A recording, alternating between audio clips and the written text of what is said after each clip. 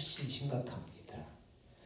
앞으로 10년 동안 우리 한국교회가 어떻게 나가느냐에 따라서 한국교회는 몰락의 길을 걸어갈 수도 있고요. 얼마 지나지 않아서 이제 소수 종교로 전락해버릴 수도 있습니다. 그 정도로 한국교회가 지금 심각한 거예요. 왜 우리가 그러면 이 고린도 전서를 읽고 살펴봐야 되는가? 고린도 교회 상황이 한국 교회 상황과 너무나 일치하기 때문에 우리가 고린도 전서를 우리가 말씀을 통해서 살펴보면서 정말 우리 한국 교회가 심각하구나. 어떻게 이 위기를 벗어날 수 있을까? 우리가 정신을 차리고 돌아보며 자신을 돌아보아야 할 것입니다. 자, 이 고린도 전서는 그럼 어떻게 쓰여졌는가 하면은 고린도 전서는 고린도 지역 바로 그곳에 세워진 교회를 향해서 쓰여진 글인데 고린도라는 지역은 항구 도시예요. 항구 도시면 옛날로 말하면 어떻습니까? 이 배가 들어오고 나가고 모든 무역이 진행되는 곳이기 때문에 그곳에는 뭐예요? 많은 돈이 몰려요. 돈이 장사하고 사고 팔고 물물 교환하고 이 돈이 많이 몰려요. 돈이 많이 몰리니까 어떻습니까? 고린도 지역의 사람들이 부유해져요. 거기서 물건을 사다 팔고 관광객들에게 물건을 팔고 물물을 교환하고 팔고 하니까 사람들이 돈이 많아져. 많은 돈을 벌기 시작해서 부유해져요. 근데 여러분 부유해지면 어떤 관광지라고 해서 부유해지면 어떻습니까? 항구 도시라고 해서 그 장사하는 사람들이나 물물 교역하는 사람들은 부유해지지만 그렇지 못하는 사람은 어떻게 해요? 그 자리이기 때문에 이 사람들은 부자가 되는데 이 사람들은 그대로 어떻게 빈부의 격차가 심해지고 그래서 빈부격차가 심해졌습니다. 이 고린도는 또 어떤 특징이냐면 이 항구 도시이기 때문에 어떻게 합니까? 뱃사람들 사람들이 많이 외국인들이 많이 오고 들락거리면서 이 활기차니까 이 항구 도시 고린도는 아주 음란한 도시였어요. 그래서 음란 방탕한 사람들을 코린티안이라고 불렀는데 이 원어로 이것은 뭡니까? 고린도 사람이라는 뜻이에요. 이 벌써 그들은 이 그들의 음란은 그럼 어디서 비롯됐는가 하면 우상 숭배에서부터 음란이 시작됐는데 당시 고린도에는 600m의 높은 그 언덕 위에다 어마어마한 큰 신전이 거기에 우상 숭배 신전이 있었습니다. 날마다 많은 사람들이 우상 숭배를 하기 위해서 그 신전을 찾는 거예요. 근데 그 신전에는 약 1000여 명의 여사제들이 있었어요. 근데 여사제들이 뭐라고 우상 숭배하러 오는 사람들을 꼬드기냐면은 자신들과 교제함으로써 신과 이렇게 접촉할 수 있다. 거짓 논리로 사람들을 속여서 온갖 별별 음란한 짓을 다 벌이는 것입니다. 게다가 이 우상 숭배의 제사 드리는 시간이 없는 시간에는 이 여사제들이 고린도 지역의 도시 한복판까지 내려와서 성매매를 하는 거예요. 음란 행위를 하는 것으로 돈을 버는 거예요. 그래서 고린도 지역에 공창제도가 생겨요. 일종의 사창가가 생기는 거예요. 그들이 행한 대표적인 음란 행위는 뭐냐면 동성애에서 동성애. 여자가 여자로 더불어서 남자가 남자로 더불어서 이렇게 하는 이 동성애, 이 고린도 지역을 중심으로 동성애가 성행한 것도 바로 여기에서 비롯된 것입니다. 이렇게 타락한 도시 가운데 고린도 교회가 세워졌습니다. 그러면 고린도 교회는 어떻게 세워졌는가? 그 설립 배경을 한번 살펴보면 이렇게 타락하고 이렇게 죄가 정말로 창궐한 이 지역에 하나님이 두고 보실 수 없어서 고린도 교회를 이곳에 세우게 하시는데 어떻게 고린도 교회가 세워지게 됐는가 보면은 18장 1절부터 자 보면은 우리가 한번 봅시다.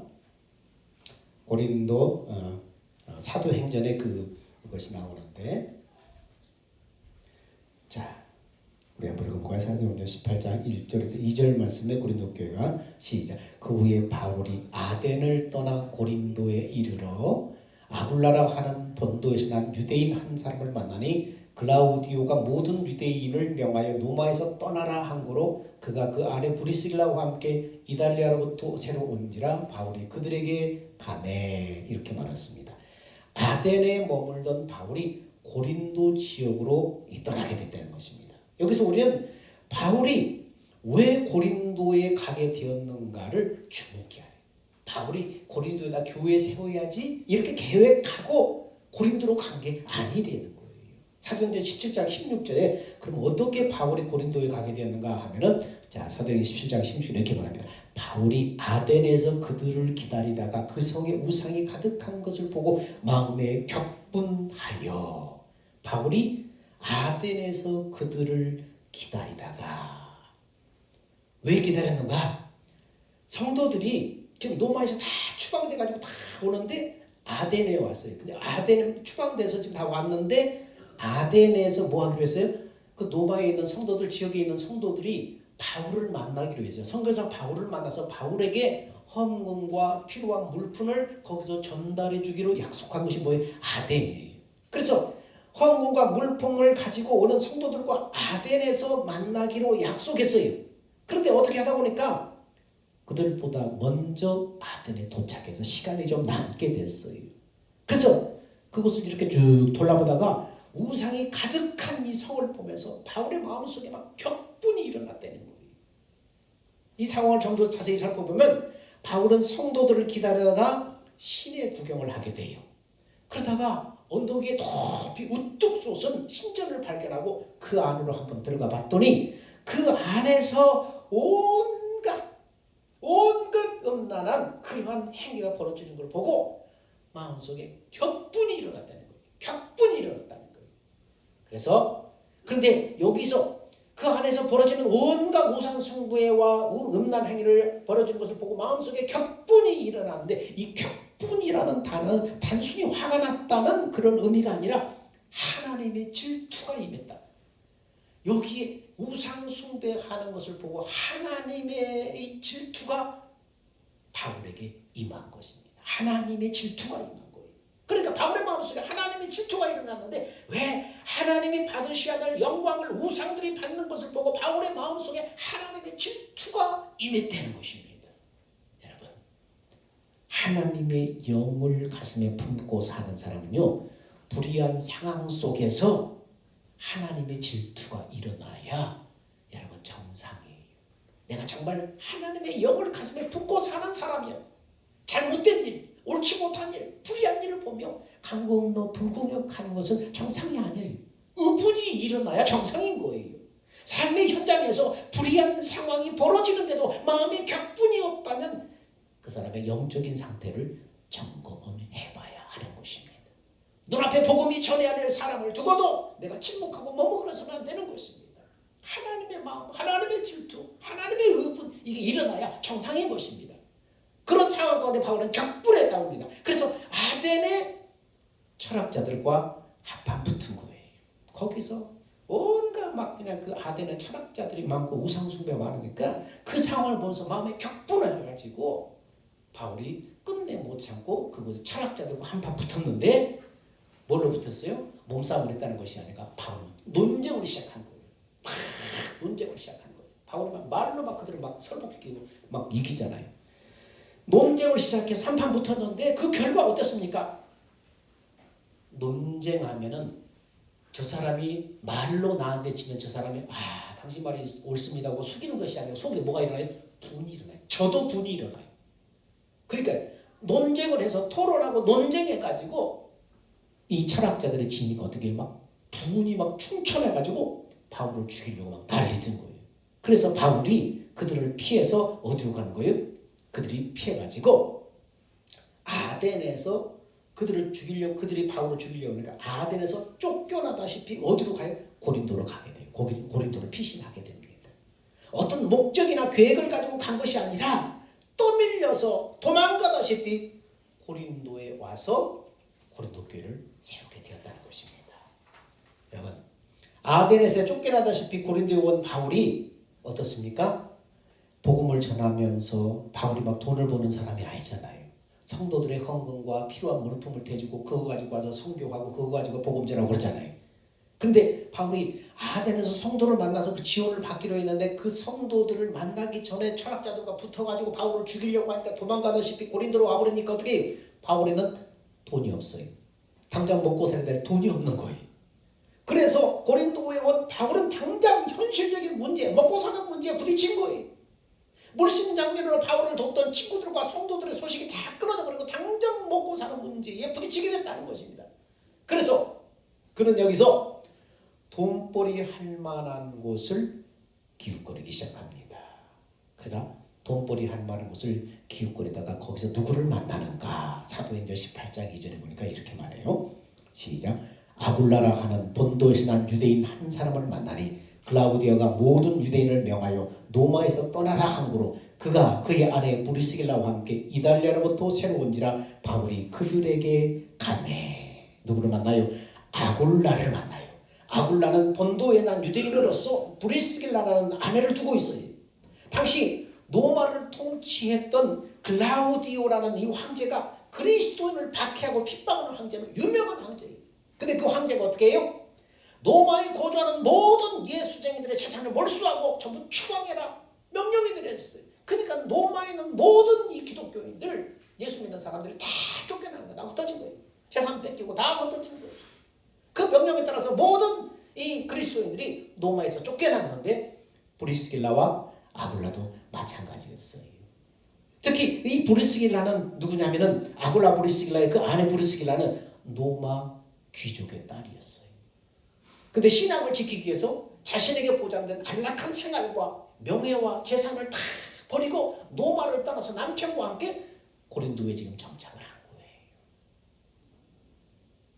생계를 유지하기 위해서 밥벌이를 해야 됐던 이 바울에게 한 가지 기술이 있었는데 바울에게 어떤 기술이 있었어요? 천막을 짓는 기술이 있었습니다. 그러면 자연히 바울이 어느 가게를 기웃거렸겠어요? 천막 짓는 가게 일자리가 없을까 하고 기웃거리다 보니까 어떤 가게 들어가 보니까 어떤 부부가 막 정신없이 일감을 이렇게 쌓아놓고 팍 일을 했다는 거예요. 일감이 너무 많이 밀려요. 사람 부족해. 보니까 그렇게 있는 거예요. 그래서 그 가게에 딱 들어가서 일감을 구하게 된 것입니다. 그래서 고린도의 아굴라 부부를 아들에 쫓겨난 바울과 드디어 만남이 다 이루어지게 된 것입니다. 여러분, 아굴라 부부가 운영하는 가게 얼핏 보아도 일감이 많이 쌓여 있습니다. 노마에 쫓겨난 왜 이렇게 일감이 많아요? 노마에서 일시에 사람들이 다 쫓겨나니까 그 사람들이 임시 고린도로 다 대피 왔을 거예요. 당장 기구해야 되는데 살 곳이 없잖아요. 그러니까 임시 숙소를 만들어라고 이 텐트 수요가 급증을 한 거예요. 근데 브리스길라 아굴라가 그곳에서 이 천막 가게를 열었는데 그냥 너무 주문이 많이 밀려오니까 그것 만드려고 정신이 없는 거예요. 그래서 바울이 그곳에 들어가서 취직해가지고 거기서 함께 장막을 만들며 생활하다가 훗날 바울과 함께 고린도 교회를 그곳에 세우는 아주 훌륭한 동역자가 됐다는 얘기입니다. 여러분, 이것이 어쩌다 우연히 이렇게 됐을까요? 우연이 됐을까요? 인간의 입장에서 보면은 우연일지 몰라도 하나님의 입장에서 보면 이건 우연이 없어요. 사람에게 우연이란, 예수 믿는 사람에게 우연이란 없어요. 인간은 1초 후에 일을 모르고 하나님의 계획을 모르기 때문에 자신에게 왜 일이 일어났는지 모르기 때문에 그것을 우연이라고 말을 하는데, 그러나 분명히 우리가 알아야 될 것은 이 세상에 일어나는 모든 일은 우연이란 없다는 거예요. 세밀하신 하나님의 섭리 속에다 움직이는 거예요. 반드시 그렇게 돼야 될 이유가 있어서 그렇게 되는 거예요. 다만 우리는 그것을 모를 뿐이에요. 이것을 뭐라고 그래요? 하나님의 섭리라고 해요. 섭리라는 것은 하나님의 목적하고 계획하신 바를 이루어가는 하나님의 주권적인 행위, 이걸 섭리라고 해요. 하나님의 어떤 뜻이 있어서 이것을 뜻을 이루어가는 주권적인 행위, 하나님의 주도로 이루어진 행위, 그것을 섭리라고 하는 거예요. 여러분, 우리 성도들은 하나님의 섭리를 믿어야 돼요. 나에게 무슨 일이 일어난다고 할지라도 그것에는 반드시 내가 알지 못하는, 상상하지 못할 어떤 하나님의 뜻이 있을 것이다. 하나님의 섭리를 믿어야 돼요. 우연은 없어요. 그리스도인들이 노마에서 추방된 것도 바울이 아덴에서 철학들과 논쟁을 붙어서 약속한 성도들을 만나지 못하고 쫓겨난 것도, 고린도에 쫓겨와서 생기가 막연해서 일자리를 기웃거리다 브리스길라와 아굴라를 만난 것도 다 뭡니까? 우연이 아니었어요. 세밀한 하나님의 고린도의 교회를 세우시는 하나님의 세밀한 계획 가운데 진행된 것이라는 것입니다. 여러분, 우리의 삶 속에서 우리가 이해하지 못할 일을 만날 때, 왜 나에게 이런 일이 벌어질까? 그럴 때 여러분, 하나님의 섭리를 믿어야 돼요. 무슨 뜻이 있을 것이다. 하나님이 내 인생을 통해서 뭔가를 이루시기 위해서 이것이 필요했을 것이다. 하나님의 섭리를 믿고 신뢰함으로 하나님을 의탁하는 여러분이 되기를 축원합니다. 그래서 사도행전은 29장에 에레미야서는 이스라엘 백성들에게 이렇게 얘기를 했습니다. 자, 같이 읽어봅시다. 시작. 여호와의 말씀이니라. 너희를 향한 나의 생각은 내가 하나니 평안이요 재앙이 아니라 너희에게 미래와 희망을 주는 것이라. 너희에게 닥친 일이 하나님의 재앙을 주려는 것이 아니다. 평안을 주고 너희의 미래에 희망을 주고 미래 비전을 주기 위해서 이런 일이 벌어진 것이다. 그러니까 어떻게 어떤 일이 벌어지더라도 하나님을 신뢰하라는 거예요. 하나님을 신뢰하라는 거예요. 결국은 합력해서 하나님의 뜻을 이루는 것이니까 신뢰하라. 이렇게 말을 하고 있습니다. 그러면 고린도전서 1장을 보면은 이렇게 얘기하고 있습니다. 하나님의 뜻을 따라 그리스도 예수의 사도로 부르심을 받은 바울과 형제 소스되면은, 자, 하나님의 뜻을 따라 그리스도 예수의 사도로 부르심을 받은 바울은 누구로 부름받았어요? 사도로 부르심을 받았다.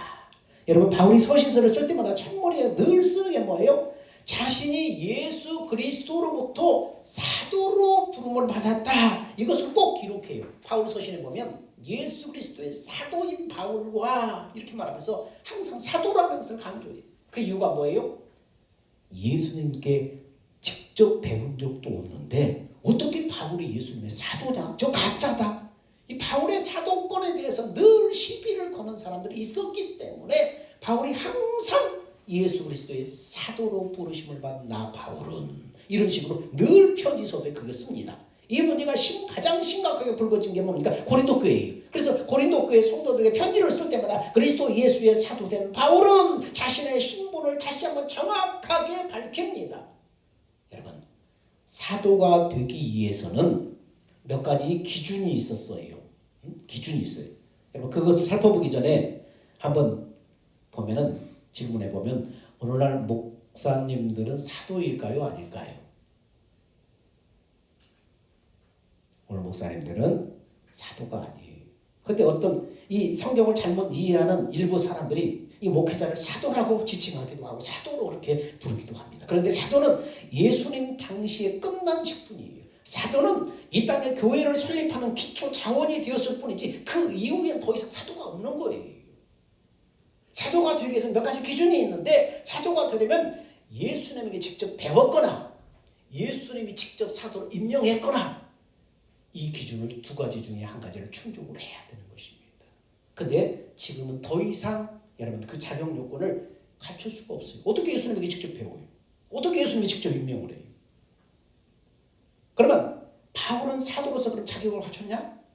예수님에게 직접 배웠거나 예수님이 직접 임명했거나 그럼 바울이 예수님 돌아가시고 났는데 바울이 어떻게 사도로서 이 자격을 갖췄나? 언제 바울이 사도로서 임명을 받았어요? 바울이 처음 예수를 믿기 전에 어떤 사람이었어요? 예수 믿는 사람들을 박멸하는 것을 하나님께 충성하는 것이라고 생각을 했어요. 구약적인 신앙에 꽉 잡혀서 이 나사렛 예수 이단을 믿는 사람들을 막 박멸하고 없애는 것이 하나님 앞에 충성하는 것이라고 생각해서 예수 믿는 사람들을 다 잡아 가두고 체포하고 죽이고 그 일을 막 앞장섰는데 그날도 이 공문을 받아가지고 예수 믿는 사람들을 막 체포하러 막 가고 있는데 다메섹의 길 위에서 길을 가다가 갑자기 하늘로부터 강렬한 빛이 임하면서 바울의 눈이 멀어버리지. 그러면서 그 빛 가운데에서 들려오는 거예요. 사울아 사울아 네가 어째서 나를 핍박하느냐. 예수 믿는 사람들을 핍박하고 그들을 잡으려고 가는데 빛 속에서 강렬한 빛이 임하면서 사울아 네가 왜 나를 핍박하느냐. 예수 믿는 사람을 핍박했는데 네가 왜 나를 핍박하느냐. 그러니까 예수 믿는 사람, 예수의 영이 있는 사람은 결국 예수님이 그곳에 있기 때문에 예수 믿는 사람을 핍박하는 것은 예수님을 핍박하는 게 되는 거예요. 누구십니까? 바로 네가 핍박하는 나사렛 예수다. 그렇게 말하면서 예수님과 이제 만남이 이루어져요. 그러면서 순식간에 그의 생각이 다 뒤집어지고 말아요. 지금까지 믿었던 게 다 뒤집어지고 말아요. 아, 예수가 하나님이 구약시대부터 약속하신 그리스도 메시아 그분이구나. 거기서 생각이 완전히 뒤집어진 거죠. 그러고 나서 아라비아 광야로 가서 예수님으로부터 이제 직접 교육을 받아요. 하나님의 성령을 이끌림 받았어. 그러면서 그 담에서 도상에서 예수님 뭐라고 그래요? 담에 도상에서 너는 나의 택한 나의 종이다. 이방을 위해서 부름받은 나의 종이다. 예수님이 직접 거기서 음성을 통해서 사도 바울을 사도로 임명을 하는 것입니다. 그럼에도 불구하고 계속 사도권 문제로 공격을 받고 사도권의 진위 여부를 계속해서 사람들이 의심하는 거예요. 그러거나 말거나 신경 쓰지 않고 그냥 복음만 전하면 되지 꼭 사도권을 밝힐 필요가 있나 이렇게 생각할 수도 있지만은 그러나 그것은 자기의 어떤 사도권, 자기 권리를 강조하기 위한 것이 아니라 바울이 전하는 복음이 손상될 위험이 있기 때문에 그런 거예요. 저 사람 목사 안수 정식으로 받은 건 맞아? 이거 흔들리면 어떻습니까? 그 사람의 전하는 메시지, 그 사람의 전하는 복음 이것도 흔들리게 되는 것입니다. 그래서 바울이 지금 그것을 강조하는 거예요. 나는 예수님으로부터 사도로 인정받은 사도다. 그러니까 내가 전한 복음도 틀림없는 복음이다. 지금 이거 하는 거예요. 악자까지 예수 그리스도께 부여하신 그 사도권을 강조한 이는 자신이 전하는 복음이 훼손될까 봐서 그렇게 강조를 한 것입니다. 자, 2절 말씀에 우리 같이 한번 또 봅시다. 고린도인은 하나님의 교회 곧 그리스도 예수 안에서 거룩하여지고 성도라 부르심을 받는 자들과 또 각처에서 우리 주 곧 그들과 우리 주 대신 예수 그리스도 이름을 부르는 모든 자들에게 고린도인은 하나님의 교회라고 부릅니다. 여러분 고린도 교회와 하나님의 교회는 큰 차이가 있습니다. 우리 산돌교회는 대내숙의 장로에 속해 있지요. 교단이 중요하지요. 이단을 방지하기 위해서 교단이 필요합니다. 교단이 명확해야 돼요. 그런데 너무 교단 중심으로 가버리면은 우리 모든 교회는 하나님의 교회다. 각 교회가 예수 그리스도 중심으로 하나이다. 이것이 자꾸 희석이 돼버리는 거예요. 너무 교단을 좀 대안해주니까 장로 교단이야. 우리는 어디 교단이야? 이거 자꾸 강조하다 보면 뭐 이 땅의 모든 교회가 다 하나님의 교회고 교회는 다 예수 중심으로 하나다. 예수의 몸이고 하나다. 이 사실을 자꾸 놓쳐버리게 되는 것입니다. 여러분 그래서 이 고린도서 1장 1절에 고린도에는 하나님의 교회 이렇게 시작하고 있어요. 하나님의 교회. 여러분 천주교나 불교에서 자리 싸움을 하고 횡령사건 비리 등이 터지면 뉴스에 한번 반짝 정도 나오고 그 다음부터 끝이에요. 다 묻혀져 버려요. 사람들은 저런 사건이 있나 보다 하고 아유 또 싸운다 또 싸워. 너희들 뭐 그렇지? 그러면서 그냥 지나가 버려요. 근데 기독교는 어떻습니까? 어떤 비리 등이 터지면 신문 방송에 대서특필하고 교회를 향해서 손가락질을 합니다. 왜 사람들이 왜 기독교만 이렇게 미워할까요? 교회에 대한 기독교에 대한 기대와 관심이 크기 때문에 그럴 거예요. 저 사람들은 안 그럴 것이다. 저 사람들은 그래도 나을 것이다. 기대와 관심이 크기 때문에 세상이 다 썩어도 교회만은 그렇지 않을 것이라고 기대하기 때문에 교회가 어떤 잘못을 하면 그렇게 심하게 질타를 하는 것입니다. 여러분 그리스도인의 삶도 마찬가지. 우리가 생각하는 것보다 주변에서 그리스도인에게 갖는 기대와 관심이 큰 거예요. 그래서 같은 사건이라도 예수 믿는 사람이 뭔가를 잘못을 하면 되게 야단치고 막 비난하는 거예요. 왜? 기대가 크다는 거예요. 기대가 크니까 실망이 크다는 거예요. 그래서 그렇게 반발을 하는 거예요. 그만큼 우리가 어떻게 행동하고 어떤 관점으로 신앙생활을 하느냐 이건 정말로 중요한 것입니다. 어느 책 서문에 이런 글귀가 있어요. 이 시대에 흔들 수 있는 깃발이 없다. 이 시대에 흔들 수 있는 깃발이 없다. 이 시대에 부를 수 있는 노래가 없다. 따를 만한 지도자가 없다. 예수는 좋지만 교회는 싫다. 여러분 이 속에서 우리는 정말로 자성을 해야 돼요. 예수는 좋지만 교회는 싫다. 이 시대는 흔들 수 있는 깃발도 내가 부를 수 있는 노래도 따를 만한 지도자도 없다. 예수는 좋지만 교회는 싫다. 그만큼 우리 사회 한국 교회가 신뢰를 잃어버렸다는 것을 말해주고 있는 거예요. 그 한복판에 우리 그리스도인들의 책임이 있어요. 그래서 앞으로가 중요해요. 앞으로 잘해야 돼. 그래서 고린도 교회 실패를 그냥 지나쳐서는 안 돼요. 지금 이 상태로 가면요, 기독교는 몰락하는 거예요. 그냥 소수 종교로 전락해버리는 거예요.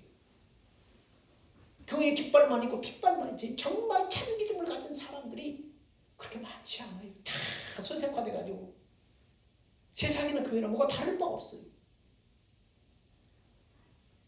여러분, 그래서 고린도 교회를 통해서 우리 자신을 잘 조명하고 자정해 봐야 됩니다. 바울이 고린도 교회를 떠난 뒤에 게바와 아볼로가 교회를 이끌었어요. 바울이 고린도 교회를 세워놓고 양육하다가 게바와 아볼로에게, 게바는 바로 바울을 별명이죠. 게바와 아볼로에게 교회를 맡기고 이제 또 다른 지역으로 떠났습니다. 근데 그 뒤에 고린도 교회는 각각 당파를 나눈 새 서로 기득권을 주장하면서 막 싸우고 분쟁하기 시작하는 거예요.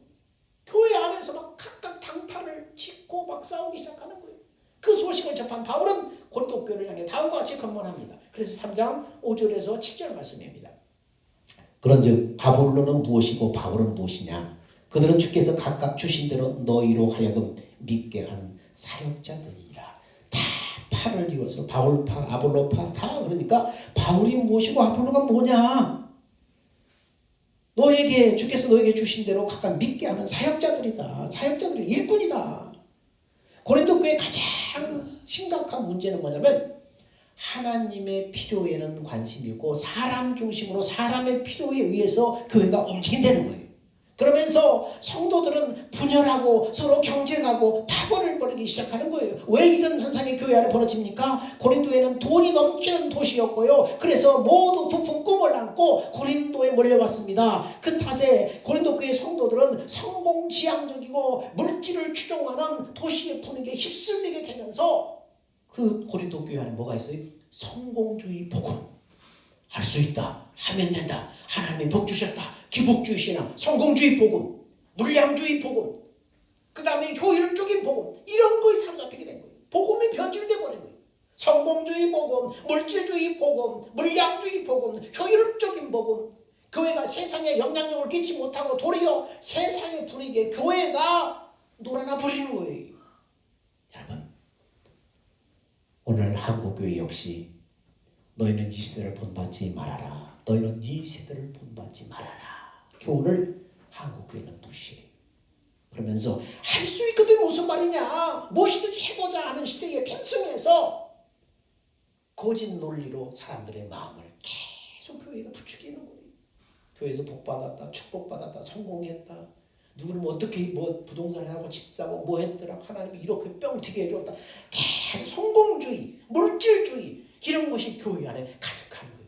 여러분, 중형 교회들은 이미 성공주의 복음, 물량주의 복음, 효율적 복음에 사로잡혀서 지금 중형 교회들은 전부 세상 경영 기법을 교회에 다 적용하기 시작하는 거예요.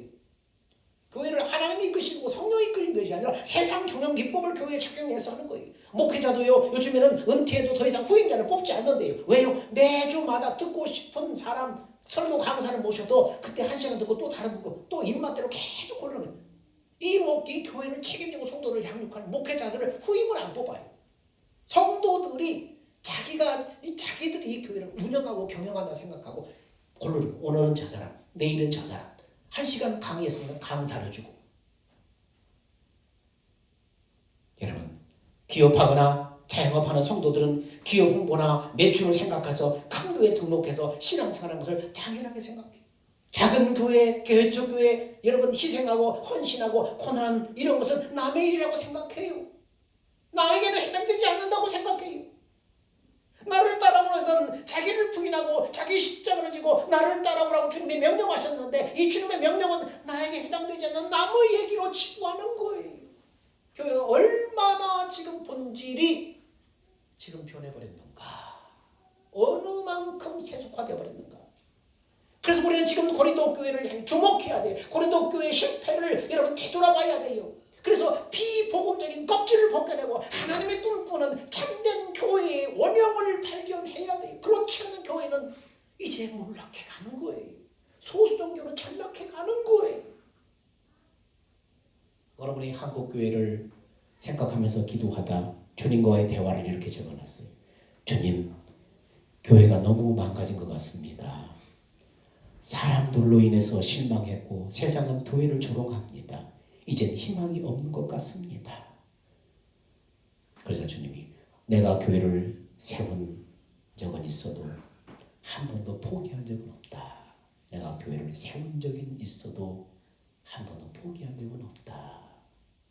그런데 주님, 고린도 교회처럼 분열하고 경쟁하고 사람들을 따릅니다. 한국 교회도 그 길을 가는 것 같습니다. 그래. 그래서 내가 고린도전서를 남겼다. 너희가 무너지라고가 아니라 다시 교회가 교회되라고 고린도전서를 남겼다.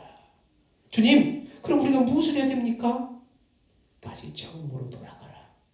사람을 높이지 말고 복음을 지켜라. 성공이 아니라 십자가를 붙들어라. 자라나게 하시는 분은 여전히 나다. 세상 경영기법, 세상이 어떤 방법이 아니라 교회를 교회되게 하고 자라게 하는 건 나다. 주님, 그래도 우리가 다시 시작할 수 있습니까? 바울이 떠밀려간 고린도에서 교회가 시작되었듯이 너희가 절망이라고 부르는 그 자리에서 나는 여전히 내 교회를 세우고 있다. 그렇다면 주님, 이 시대의 교회를 교회되게 하기 위해서 저를 사용해 주세요. 그래, 한 사람이 복음 앞에 바로 서면 교회는 다시 살아나기 시작한다. 여러분, 교회는 끝난 적이 없어요. 다만 다시 교회다움을 회복해야 할 때인 거예요.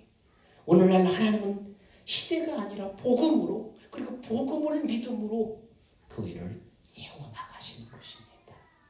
기도하겠습니다. 주님, 교회를 향한 실망보다 복음으로 살리는 갈망을 우리 안에 회복시켜 주옵소서. 사람을 따르기보다 내 안에 생명 되신 그리스도를 붙들게 하옵시고, 성공이 아니라 내가 죽고 내 안에 주님이 사시는 십자가를 자랑하게 하옵소서. 이 흔들리는 시대 속에 교회를 교회되게 하시는 분이 오직 주님이심을 믿습니다. 오늘 우리 한 사람부터 다시 교회를 교회되게 하는, 복음을 회복하는 사람들 되게 하여 주옵소서. 예수님의 이름으로 기도합니다. 아멘. 우리 다 같이 기립하셔서 주님 다시 오실 때까지 찬양 드립시다.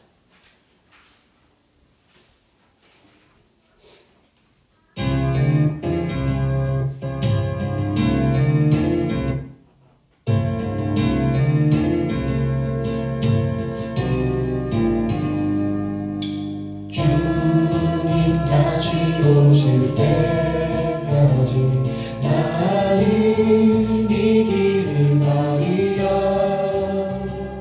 좁은 문, 좁은 길, 나의 십자가 지고 나의 가는 이 길 끝에서 나는 주님을 보리라. 영광의 내 주님, 나를 맞아주시니 주님 다시 오실 때까지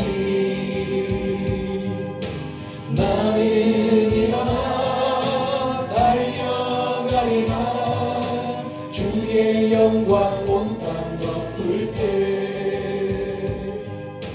나는 일어나 노래하리. 내 사모하는 주님 온 세상 구주시라. 내 사모하는 주님 영광의 왕이시라.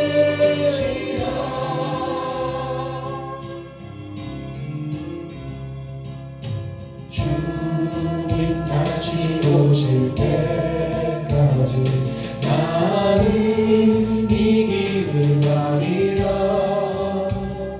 좁은 문, 좁은 길, 나의 십자가 지고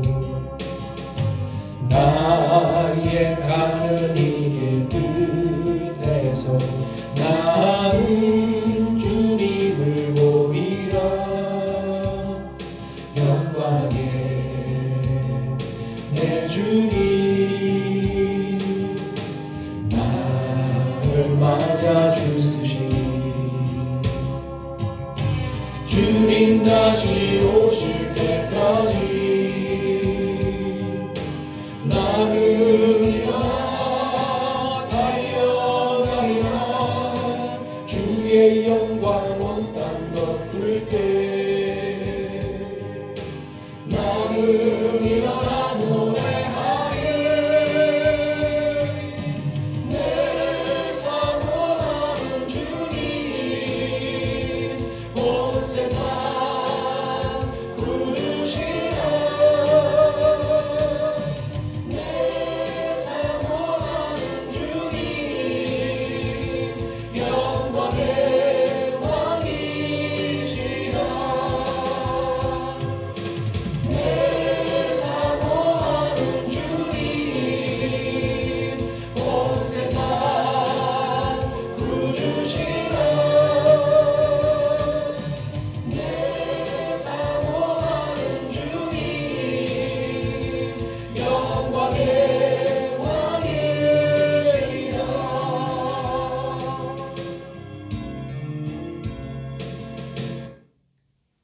이제는 우리 주 예수 그리스도의 은혜와 하나님의 사랑하심과 성령님의 우리 안에 내주하시고 말씀하시고 인도하심이 저물어가는 세속화되어가는 이 시대의 교회를 보면서 교회를 교회되게 하기 위해서 내가 죽고 네 안에 예수로 말미암아 살기 원하는 모든 주권이 예수께 있음을 믿고 예수님이 자라게 하심을 믿고 복음으로 살기 원하는 사랑하는 성도들 머리 위에 이제부터 영원 무궁토록 함께 있을지어다. 아멘.